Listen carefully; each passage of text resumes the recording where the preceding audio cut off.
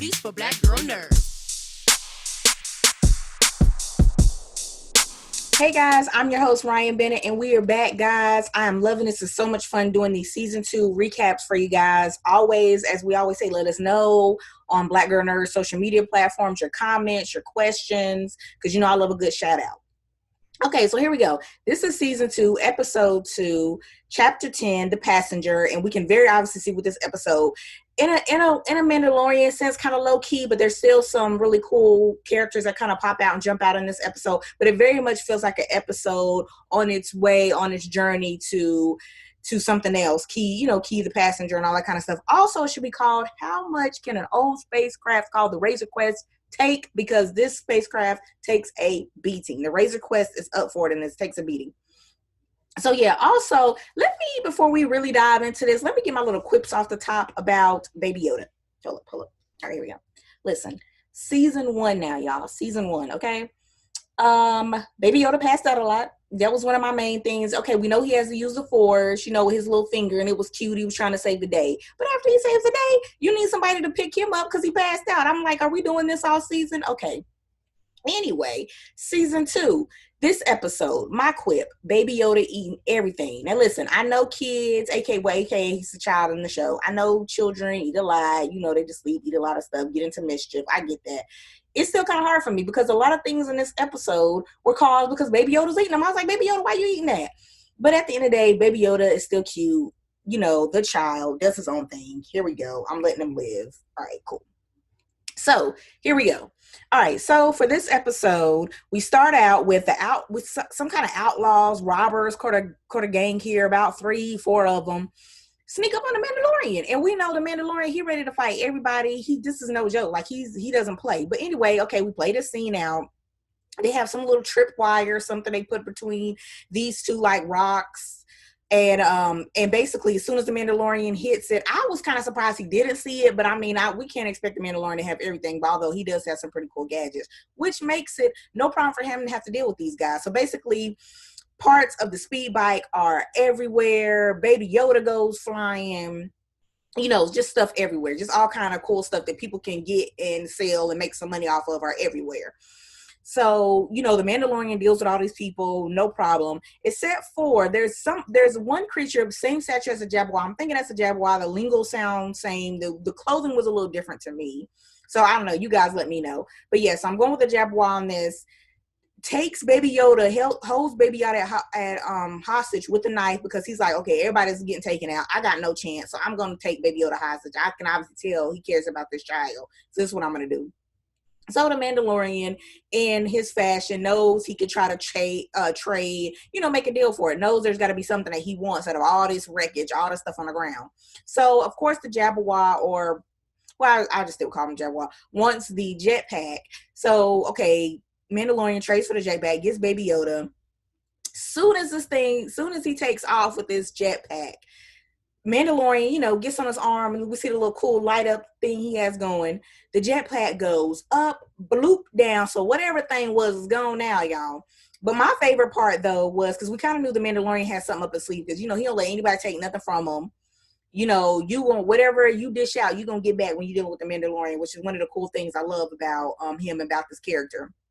So anyway, the thing that I liked was a Baby Yoda moment where we see him kind of look up and he's like, okay, this is what we're doing, Dad. He very much has that kind of kid dad kind of look, and it's just like, okay, the child is like, okay, this is what we're doing, and he's like, well, the Mandalorian's like, I mean, it is what it is. So I thought that was kind of a cute moment. So anyway, now we have the Mandalorian in this very hot climate. Jeez, all this armor that he wears, that stuff looks like it's heavy. Hopefully, it's not as heavy as it looks. Plus, he's got to carry Baby Yoda because we know we can't let Baby Yoda start wandering and walking on his own. So he's got to carry Baby Yoda. All this other stuff. They got the dragon meat. They got all this other stuff he got to carry back into, we end up seeing him walk back to this village, into this bar. And he meets none other than mechanic Peli Motto, played by Amy Sedaris. I forgot to mention that in the first episode. So seeing Peli and Mandalorian together, always a fun scene. She is actually in this bar playing cards or betting with some kind of weird insect creature because, I think she calls them Dr. Mandible. So yeah, some kind of weird little inner creature she's betting with, and apparently this giant insect, which I'm gonna go with, has some information for the Mandalorian or about where to find some Mandalorians. So, they do their little cool chat back and forth. And they ended up going back to, I'm thinking it's either her home or where they can find the person that has the information on this Mandalorian covert, if I can talk today, from Navarro, where the Mandalorian can finally find some people that might be able to help him figure out where the child belongs. So they go back to her home. Love the scene they open with of the dragon meat being roasted, and you can hear her yelling or being cooked. You can hear her yelling at her droid saying, "Nah, I like a medium rare, so calm down with the roasting." And then here is the first Baby Yoda suspicious licking the lip scene that we get of him staring up at the meat, which that's what he should have been eating, people. Okay, anyway. That's what should have been happening. So we get the scene of that cooking, and then we get Peli and Mandalorian meeting up, and she's like, "Okay, I found the person that can tell us where some more Mandalorians are. There is a catch though. She needs transport. Like she can hook you up, but she's gonna need a transport for this. Transport through the system. And get this, he can't use hyperdrive." So he's like, what? Because the main thing here, and it took me a while to realize, hyperdrive, not being able to use hyperdrive, him being fast, him moving through, not missing all these patrols is what's keeping him safe, what's keeping him and the child safe. So nobody picks him up. He doesn't get picked up on any of these detectors and all that kind of stuff. He just gotta go through the galaxy, move through these different systems and sectors, and nobody picks up on him because he does still have warrants and stuff out, right? So we figure out he can't go hyperdrive. Apparently, this passenger is trying to meet her husband because she has, and the reason also he can't be on hyperdrive is because she has some eggs that she's trying to transport to go meet up with her husband. So these eggs could be incubated right. This is about the future of their species. So there's that. The lady, I'm gonna call her Frog Lady. I was kind of trying to do some research. I think this might be like a new species, a new creature for the Mandalorian, for the Star Wars world. I don't know if this is something that was before there. Like I always say, give me your comments. Let me know if you found it, something I haven't found, because I'm curious to know. But I'm just gonna go with Frog Lady for this. So yeah, the Frog Lady shows up. We see her with a backpack of her eggs in the the little solution and everything that she's carrying around with. Apparently, this is a stunt performer, by the way, playing Lady Frog, Misty Rosa. Hopefully, I'm spelling her name or saying her name right. So yeah, she is coming out. The Lady Frog needs transport with her babies to a moon called Trassix, and so he at the end of the day, the Mandalorian wants to find other Mandalorians because he knows he has a soul goal, soul mission that he's not giving up. So, you can see the look on his face. Obviously, he doesn't want it to happen. Peli is like, I only met this person 10 minutes ago, but I'm going to vouch for with my life. So, I mean, it is what it is. Of course, the Mandalorian is going to say, all right, cool. Everybody aboard the Razor Crest. Here we go. Let's go. So as they're on the Razor Quest, some little things here to kind of know. Definitely some language barriers, which are very interesting because we noticed Peli was able to talk to the Lady Frog before, but obviously the Mandalorian can't figure out the language. He's still kind of in his feelings about the whole transport thing anyway, so he can't really speak to her. So that's the issue. They all try to get also, here, I was getting ready to skip this part, but we need to go back to this again. Because guess who wanders away from the cockpit and is going around the ship where the eggs are securely set to keep anybody from getting to them? It is Baby Yoda. And not only is he just going to look at a thing here, he's going to pluck one out. And thankfully, the Mandalorian comes around the corner just around at the same time because he's kind of locked up everything, ready to take him a little nap here, and stops him. So he ends up grabbing up Baby Yoda and like, no, this is no food. But it always gets me the moment, though, the Mandalorian catches him and he's eating something and he just hairs up, pops it in his mouth, just gulps it down. But see, I don't know why I let this surprise me, though, about this whole thing, because I do remember if this is the frog species and everything like that, like I'm seeing when I'm researching, he did eat a frog in season 1 when we were just kind of starting to get used to like what he was eating. And I know the Mandalorian was trying to figure out still what is he, period. Or what the child is, period. And so he ate a frog, and you remember that little scene where they're at Quill. And by the way, rest in peace, Quill. Quill got taken out trying to save the child. just a season 1 throwback for everybody who's catching up or maybe remember that. But yeah, poor Quill is out. But yeah, they were going to see Quill for some other stuff because Quill had like mad skills. If you guys happen to go back and see season 1 or remember it. But anyway, he ate a frog at Quill's house, and they're all looking at him like the frog squirming, moving, just gulp it right down.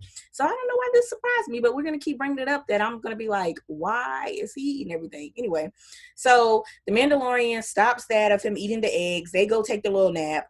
Of course, you can't rest for too long because he's not on hyperspeed, not on hyperdrive, so you know somebody's gonna find out something. We hear this alarm going off. Wakes the Mandalorian up. Apparently, it's two New Republic wow, let me try to talk. Let me start this over. Two New Republic pilots that are patrolling the rim, patrolling the sectors. He's never had to encounter this before. So basically, under the New Republic jurisdiction, spacecrafts have to have this little beacon, a way of tracking, all that kind of stuff. He doesn't have one. So they say, all right, cool. Well, you just need to get it next time. Well, you're thinking that's going to be end of it. Nope. Then they're like, okay, hey, we need you to send us a ping because we're out here checking for any Imperial forces. And this ping apparently will let them know if he can send it out, if he has the right equipment system, that'll let them know that he is not part of these Imperial forces that they've been looking for. So it's like, just a proof of what they need to have. So he can't prove it. So basically what he does in Mandalorian fashion, takes off. He's ready for a fight. So we see the Razor Crest go through all these valleys and dips, and like this thing is going crazy with the flying techniques is off the chart. It's really cool to watch. So we see all that happen. Unfortunately, does not end so well. He does lose the New Republic pilots, but he crashes and falls through this ice. So we see him on this sleep of ice wherever he is here. Very cold situation. So we end up seeing it goes black for a little bit. We end up seeing we can tell the Razor Crest is taking a beating. There is going to be very cold climate. He's here with the Lady Frog. We still got Baby Yoda, him. So obviously they got to figure out what to do. They can't survive in these cold temperatures for too long, but the ship is damaged. So, I mean, it's just like, if anything could go wrong at this moment, it's happening. All of this, to get away from these New Republic pilots. So here we are in the situation. Okay, I'm thinking something happened to Baby Yoda. We can't find him. You see the Mandalorian trying to look around because he's got the Lady Frog. He saw the eggs. Okay. Find Baby Yoda now under a blanket eating one of the eggs yet again. So I guess that's 2. We don't know how many really. I'm just gonna go with 2 right now, just to make myself feel better. That's probably 2 Lady Frog babies he's eaten. So hopefully she don't ever find this out, because we see her trying to help him out later on the episode. So hopefully she don't ever find out. But anyway, more eggs he's eating. So we see her kind of when he takes the jar back to her, and Baby Yoda does whatever Baby Yoda is going off to do, and we kind of see him try to, throughout this kind of segment here, we kind of see the Mandalorian at one point look like he's just trying to cover up now and find protection. He can't really figure out how to get out of this. And we see a cool scenario where the Lady Frog takes like mind controls or takes over one of the prisoners he had on the ship, because everything's kind of broken out. The little prisoner traps that he had on there is kind of opened up. So, and she ends up taking the voice of, it looks sort of like a robot that she takes on, but she's able to kind of use that voice box, if you will, of that of the bounty or whatever, the warrant that he's taken out on this, or the bounty that he has inside the ship that was locked up. So she's able to communicate with him, kind of plead with him like, hey, I thought Mandalorians had this code. I need you to help me. You can't give up right now. So he goes out and starts trying to work on the ship and kind of get this the sense, okay, they're going to be able to build it, try to figure out what's going on, try to help, trying to, build the ship, build it back together. Baby Yoda comes out and might be the only one helpful thing he does in this whole episode. Comes out while the Mandalorian is working on the ship, and apparently the Lady Frog has left. Because she's not in the scene after she's already convinced him, and he's out working on the Mandalorian's out working on the Razor Quest. We don't really see her for a bit. So Baby Yoda comes back, and they ended up the Mandalorian ends up being able to notice that, okay, they don't know where Lady Frog is gone. This is another cool thing where it's cool about the Mandalorians and the tech. He's able to kind of use his helmet and stuff and kind of track. You can see her footprints in the snow or whatever, in the ice. So I end up tracking her back to this cave where she's got her own little, it looks like a little makeshift jacuzzi, little heated up water there where she's in it. And then she's always trying to put her eggs in there to kind of keep it, just about trying to stay warm and all that kind of stuff. But in the midst of all of this going down here, they start to notice, let me back up a little bit, because I was going to say, I was going to get all ready to the running and the action here, but guess how this starts? So, the Mandalorian comes out. He's always on hyper alert mode. He's always ready to go. He's like, look, I get what you're trying to do, but you can't stay out here with your babies. I can't protect you like this. So they all start trying to gather up him. And, of course, Baby Yoda tries his other hand again and eating one. And but they're all trying to get the eggs, and Mandalorian and Lady Frog trying to get the eggs, put them back into the container and everything, get them out of here. Baby Yoda, however, I guess mad that he needed another snack and it wasn't going to be one of those babies. He goes over, finds another group of eggs, another group of babies, some kind of weird, highly aggressive spider, but they're little baby spiders. He's eating the eggs. So eats one of the eggs. First of all, I don't know how he's finding all of it. I mean, I guess that's the child for you. That's what he likes to eat. That's Baby Yoda for you. Looks disgusting. Like, not on my dinner menu, not on my snack menu. But eating it, you see all this like little weird stuff, whatever, come popping out the egg, but eats the egg. As soon as he eats this egg, y'all, kid you not, like 5-10 minutes ago, everything, you start hearing these noises and you like, oh my God, baby, you had one. It's like you had that one job, and you like, that's the child for you. That's Baby Yoda for you. So they are on the run because they end up finding out that it is this giant ass spider. In the Star Wars world, whatever you would justify as a spider, because it has like a little weird head. You can just see like the different legs and stuff like that coming out. So yeah, things start chasing them. First of all, these other things hatch though, by the way, one of the which I believe Baby Yoda was eating, and they start it's like a million of these things, I don't know, start chasing all of them. What I thought too cool was about this chase scene, besides the fact that I was just spending my time rolling my eyes at Baby Yoda. One of the cool things about this chase scene was you get to see the frog, like the frog leaps it was crazy. Like you see the Mandalorian running, shooting, trying to shoot as many as he can, throwing these different little explosives and stuff. He got like gadgets for days. And you just see like just the leap, like the way they had it on the side of the Lady Frog just leaping beside him and him kind of running beside. I don't know what I'm trying to do with my hands, but you guys know I be talking a lot with my hands, trying to, but yeah, it was just a really cool scene, them trying to run back. So they're running back, get to the Razor Quest. Only thing they can think of, you got to get behind some doors, something close it off real quick, because these spiders are everywhere. He's trying to shoot as many as he can. He tries lighting some on fire, which eventually gets them to be enclosed in the cockpit. The only other safe place they got on the ship, because there's just so much wreckage and so many open doors, the only place they can hide is in the cockpit. So we get the Lady Frog. We got Baby Yoda in there. They're all in the cockpit. The only thing I can assume is the mother spider plops down on top of the window, top of the outside of the cockpit. She's trying to bite in and get in. You like, they got nothing left. They just got to sit there and see what happens. Hopefully he doesn't bite through.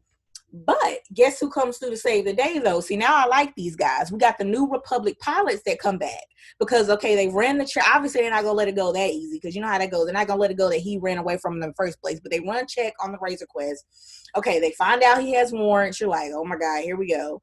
But they also find out that he has helped apprehend some, like, these 3 priority culprits that he's helped. So there's that.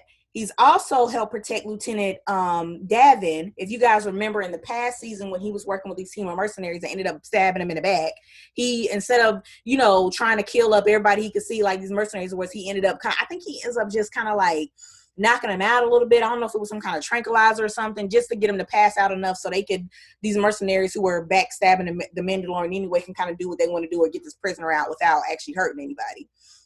Because I do appreciate the Mandalorian for that. He does try to leave innocent people alone, try to, to do his job the best way he can without hurting as many people if he doesn't have to. So this came back in his hands. So, doing something good comes back as a reward. These New Republic pilots end up helping him because of that. They know he's helping another correctional corps officer. So they help him out, shoot this spider down. Spider goes away. They basically shoot up everything, which saves him. The 2 officers, kind of make a little joke about him needing to get himself together because they need a patrol and everything, and they take off. So we finally have them able to, the Razor Crest is still pretty bad shape, but the Mandalorian was able to do enough with it where they could kind of take off now, sort of was easily get to wherever they need to go, just basically get off this ride. At this point, they need to get out of this because there's no telling what other kind of creatures are going to come out. So you have all of them sitting in the cockpit in the front. And guess who decides they gonna try to slide one more egg in other than baby Yoda? And the whole episode, I'm just like, I hope the Lady Frog does not notice, because there was a couple times like she had a moment too where she was shooting up spiders trying to protect baby Yoda. I'm like, you up here. I mean, I know it's a child, but it's like he up here eating up her babies and she over here trying to protect him. So it's just like, I don't know. He was just eating a lot in this episode. So yeah, this was basically, like I said, how much can the Razor take quest? How much can the Razor quest take, and how much is Baby Yoda gonna eat? So yeah, there you go. That's pretty much sums up episode 10 of season 2. And like I said, I'm having a lot of fun with this. I hope you guys will start giving your comments, letting us know what you think about this season so far. And I'm so excited. I heard a lot of cool things. A lot of people, maybe you've already looked ahead and kind of checked out season 3. Season 3. Hopefully we do have a season 3, but episode 3, I've heard a lot of cool things about that. That's why I think this episode was kind of like our little, breather, so to speak, till we get to the rest of the cool plots and intricate twists they got going on in the Mandalorian world. So yeah, there you go, guys. Stay safe, wear your mask. As usual, let us know your comments, your questions. Let us know what you liked about this episode, didn't like. Was Baby Yoda eating too much for you like he was for me? So yeah, there you go. Let us know, and bye until next time. See you guys later. Bye.